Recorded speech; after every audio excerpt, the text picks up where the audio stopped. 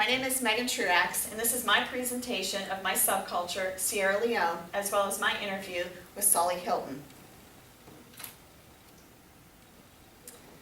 This is the continent of Africa and the Republic of Sierra Leone that has an estimated 6 million people that live there.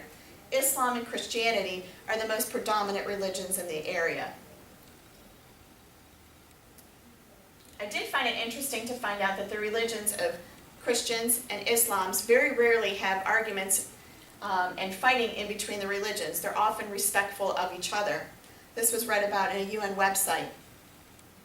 The major exports that come out of the area of Sierra Leone are diamonds, cocoa, coffee, and fish. I found it very interesting in my interview with Mr. Hilton that his family owned a rubber plantation as well as also processed diamonds, coffee, and some cocoa. Because of this, they were considered landowners and very wealthy in that area. You may have heard of the movie Blood Diamond, which was a set in Sierra Leone in 2006. This movie was done, and this was based on the Sierra Leone Civil War, in which diamonds were mined to fund the African war zones as well as the warlords in that area. Sierra Leone has had a significant role in the history of the transatlantic slave trade. It was a departure point for thousands of African slaves. The capital of Sierra Leone, I'm going to go back on a slide. Right here, Freetown, was founded for repatriated slaves in 1787. This West African nation has been plagued by civil unrest dating all the way back to 1967. They did have a civil war that started in 1991. In 1997, the United Nations imposed sanctions against Sierra Leone, which were finally lifted in September of 2010. Regarding healthcare, healthcare in the nation of Sierra Leone is government funded and government provided. Mr. Hilton remembers as a child the healthcare workers coming to his village, setting up and seeing patients. One day a month they would come in and it would take very long lines. For him, interesting, he was not somebody that had to stand in line because he was a landowner and considered wealthy in that area. So they would go in, walk right in front of everybody else, see the doctor, get what they need, and then they were able to leave, unlike everybody else who waited for hours to see a healthcare worker. In April of 2010, free services were provided for pregnant and lactating women as well as children under the age of 5. The average age of life expectancy in this area is 56.5.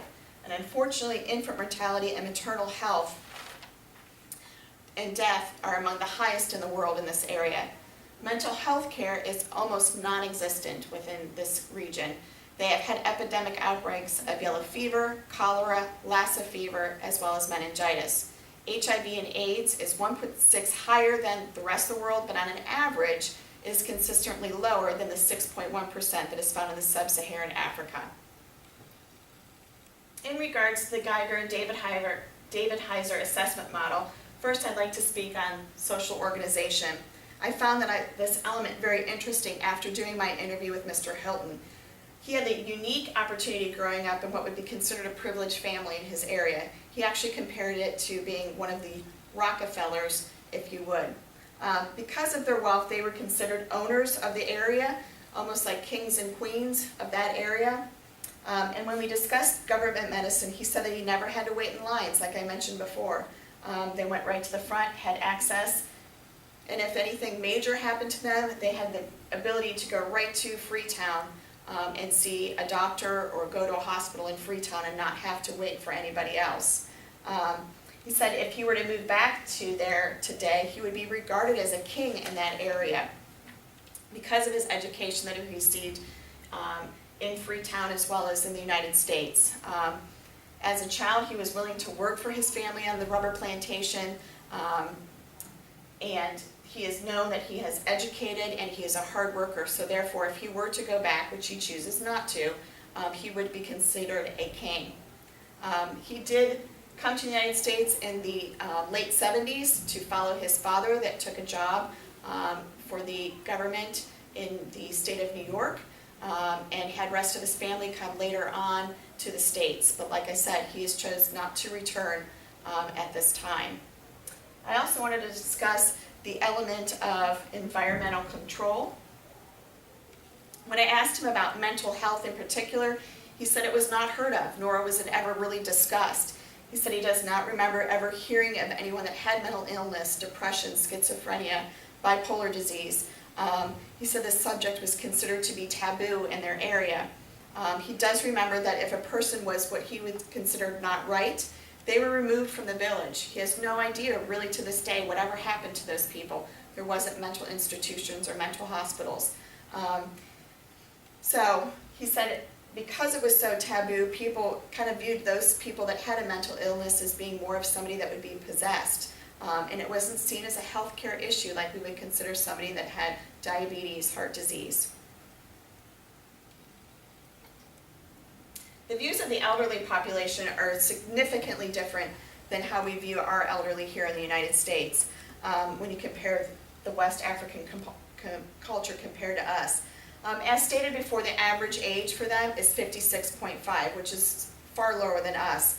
But this is increasing over the recent years. That trend is starting to increase with women typically outliving the men, which is unfortunate for those women because it poses a significant problem for these elderly women because they are not ever considered landowners. This means they are likely to be poor and probably neglected because of that. Many elderly women end up being the caregivers of their adult living children who may be struggling with HIV and AIDS. Oftentimes they don't have the ability to see physicians or receive health care that they would, so they pass away and then they end up caring for those grandchildren of their adult children. Many rely on extended family to provide care to the elderly. However, over recent years they are at risk because of the new trend that is going on of focusing on smaller family units, as well as the migration of people to urban areas. And the changing values have kind of chipped away at the traditional form of caring for the elderly like it has been in the past. Unlike the United States, they also do not have Social Security or a pension plan, so they have nothing really to fall back on.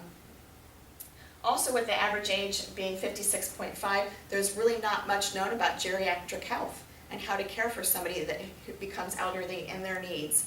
Sully said that when he was brought up, he was definitely told that he should make sure that he cares for his elders. It was always a given.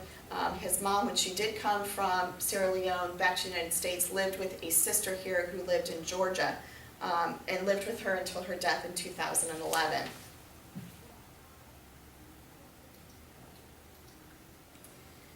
Nursing implications. Probably the best way to describe it is it's come a long way, baby, but we've got a great way to go in this area. You can kind of see that this is a rundown building, what we would consider a rundown building, but in fact this is what it says up here, the Faculty of Nursing College of Medicine and Allied Health Sciences of Sierra Leone. It's the University of Sierra Leone. So for them, that's where they study. Looks a lot different than what we would study here. So oftentimes, just because of the sheer inadequate manpower and limited knowledge of modern medicine, they just don't have the people to train people who want to learn. Their medicine is often based in terms of being holistic, herbalism, and African spirituality. Many believe that illnesses come from a reason, such as spirits or social imbalances, and they have a tendency to look at the who rather than the what is the problem. Like Western medicine, we kind of believe that a lot of the healing processes come from God, but for them that's a little bit stronger thing. They believe that only God can cure them, not a physician or healthcare or any kind of medication. Once again, when I researched mental health in this area, I found it significant to say that there were 120 psychiatrists for every 1 million people, and 4 psychiatric nurses for every 100,000 people. So clearly there's a limited knowledge of mental health issues as an illness.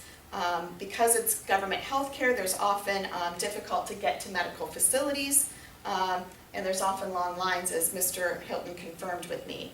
Unlike here where we have major hospitals every few miles, so it seems, I live in the Columbus area, and every few miles you can find a level 1 trauma hospital.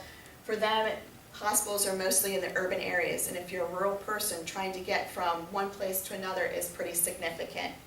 And once someone finally receives health care, they often don't talk about preventative measures and why that happened, and other measures taken to prevent. There has been some recent attempts in integrating the traditional medicine with Western medicine, especially in the areas of pharmaceutical, and looking at the medicinal plants found in Africa to see if we can integrate and maybe find a cure for something. So that's my presentation of Sierra Leone, as well as some information I gained with my interview with Solomon Hilton. Thank you.